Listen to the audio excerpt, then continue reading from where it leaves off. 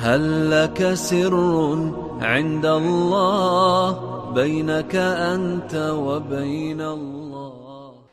آپ واقعہ کربلا کی بات کرتے ہیں، آپ علماء اہل حدیث کی کتابیں اٹھا لیں، علماء دیوبند کی کتابیں اٹھا لیں، علماء تشیع کی کتابیں اٹھا لیں، کوئی ایک ایسی کتاب میرے پاس لے کے آئیں جس میں واقعہ کربلا موجود ہو اور اس میں یہ نہ لکھا ہو کہ کربل میں میدان میں جب سیدنا حسین رضی اللہ تعالیٰ عنہ خون میں لت پل تھے تو انہوں نے میدان کربلا میں یا علی مدد کے نعرے نہیں لگائے تھے، اپنے ننا سے مدد طلب نہیں کی تھی.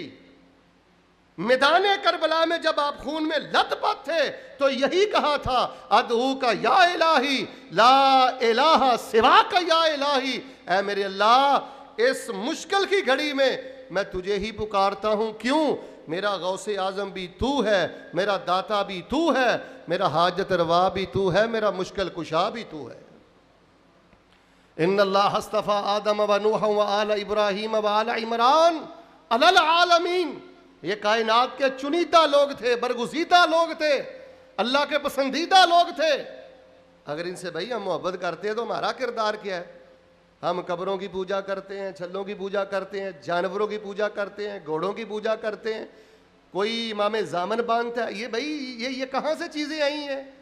یہ زین العابدین کی زندگی سے تو ہمیں نہیں ملی، حضرت محمد باقر رحمۃ اللہ علیہ ان کی سیرت سے ہمیں یہ بات تو نہیں ملی، حضرت جعفر صادق رحمہ اللہ، حضرت موسیٰ کاظم رحمہ اللہ، حضرت علی رضا رحمہ اللہ.